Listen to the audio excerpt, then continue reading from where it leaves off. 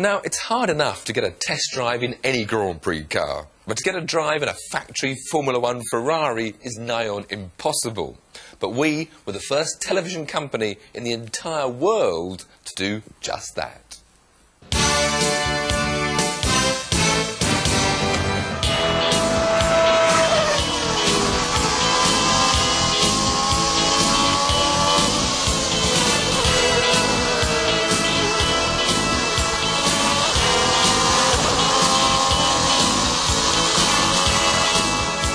This is the car that Alain Prost drove in the 1990 World Championship. But tonight, Alain Prost isn't behind the wheel. Tiff is. Tiff. Now, are you sure you know what you're doing? Jeremy, you forget I've been a Grand Prix driver. OK, it was a few years ago, but... This is my point exactly, Tiff. This is semi-automatic, this car. But Jeremy, it's even easier nowadays. Look, you just have these little paddles, you up on the right, down on the left. I've been practising it all the way here on the aeroplane, up on the right, down on the left. You could do it. Do you fit all right? Fit? I came here to Italy especially 2 weeks ago. I've had my own seat made. I fit like a glove. Well, all right then. Drive carefully. Don't be ridiculous.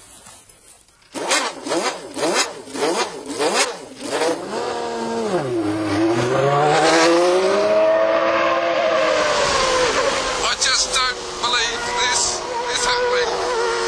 I am in Alain Prost's 1990 World Championship winning Grand Prix Ferrari.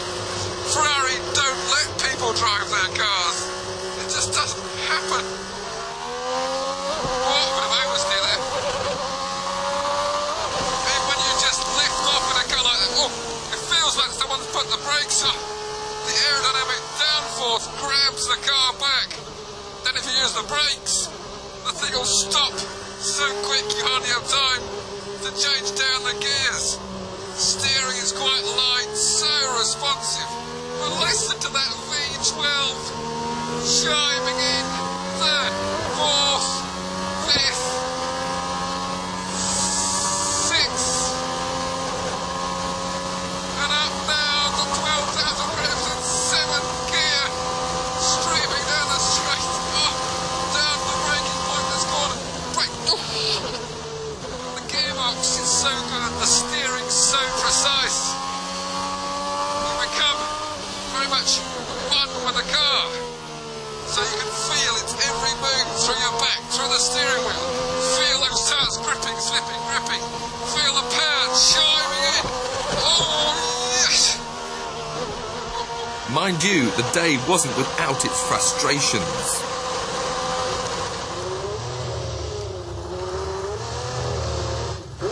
Can you hear the misfire? The problem is not, I cannot use full throttle, that's the problem. Thoroughbred stallions need constant attention, and this one hadn't been run for over 4 years. But in the end, all was well, and was I happy. The light there, a bit of a twitch, trying to feed the power in. Easy to oversteer the cars in the slower speed corners, but of course in the higher speed, when the aerodynamics really come into the equation, then they grip like glue. Well, I'm just beginning to get a feel for this machine. I'm still nowhere near the braking point, streaming down this very seventh gear, probably 180 miles an hour, and the curve in, I go down to 6 and I'm throttle, and all of a sudden, 5, 4, 3, 2, pick up the throttle, feed it in. I can feel it understeering, then I've hit a cone there. Oh, understeering wide now, feed the power. Yes, 3. Into the left. The puff comes up. Oh, a bit of a slide there. This, I can get carried away with. All in all, it was an incredible experience. But we weren't in Italy just for a bit of Formula 1 fun, because Ferrari have now made a Grand Prix car for the road. And here it is. The Ferrari F50. By no means the prettiest car ever to emerge from the Pininfarina styling studio, but on this occasion the skin is less important than the heart. That V12 engine is basically the same as the one in Tiff's car. It's bolted directly to the bulkhead, so it becomes an integral part of the chassis. They've even mounted the rear suspension to the gearbox. The tub is made from carbon fibre, 10 times stronger than steel, but so light I could pick it up with one hand. And it's the same story with the body. You can even see the weave of the carbon fibre through the paint. Then there's the suspension. In all cars there are rubber components to make the ride more comfortable, but you won't find them in a Grand Prix car, so you won't find them in here either. I'm sorry to have been so technical, but it's important you know why this car can do what it does. Even at this speed, a McLaren would have steamship body roll, but the F50 stays as flat as a mill pond through the corners. If you take it to the raggedy edges of the handling envelope, if you try to corner like Schumacher, there will be understeer. But for mortal man, it's the ever-present threat of sudden snap oversteer that loosens the bowels. Because there's no rubber in the suspension, bang, you turn the wheel, and it's just incredible. I know of no car that turns into a corner like this one. Nothing. This is part of the reason.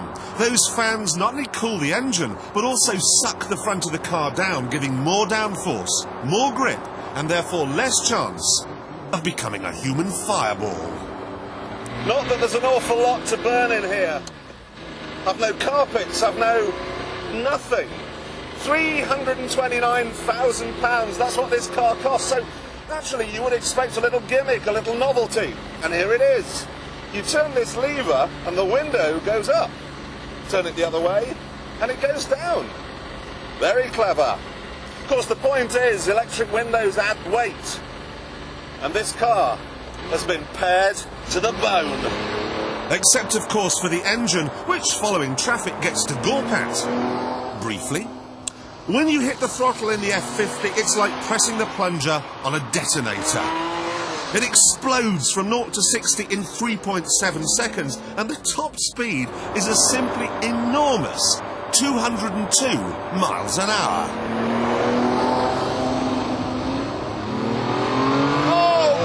God! Beyond 5,000 RPM, it's just astonishing.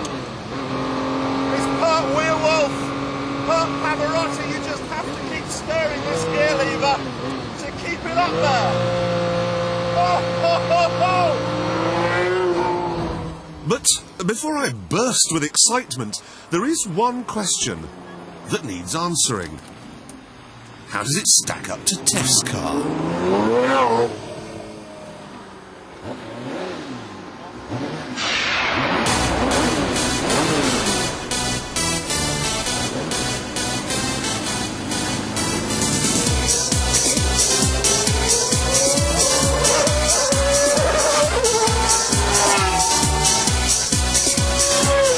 The F1 car wins, of course, but you'd be amazed at how close the F50 gets. Right up to 160 miles an hour. There really isn't that much in it. Of course, unlike the F1 car, the F50 has to meet noise and emission regulations. It's limited to 8,500 RPM. They've taken the engine up to 4.7 litres in a semi-successful quest for torque. Ferrari's dream of making a road-going Grand Prix car has been dogged by compromises. The end result is a car of few superlatives. An Aston Martin Vantage is more powerful, a McLaren is a lot faster. And if you look at the intelligent question of power to weight ratios, this is even beaten by the old F40. What on earth is happening here? A 500 horsepower Ferrari?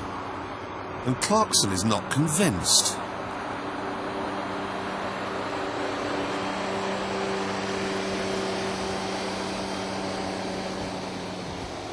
People are going to buy this car, they're going to put it in museums, they're going to put it in garages, and they'll trail it once in a while to a car show. Come to think of it, I can't really blame them.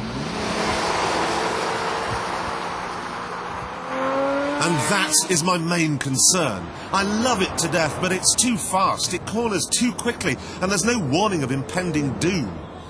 Or perhaps I'm not a good enough driver for it. This blood-red monster, I know, would end up giving me the blues. Give me the choice between this and the cheaper, less impressive, less awe-inspiring 355. And I'd take a 355 every time.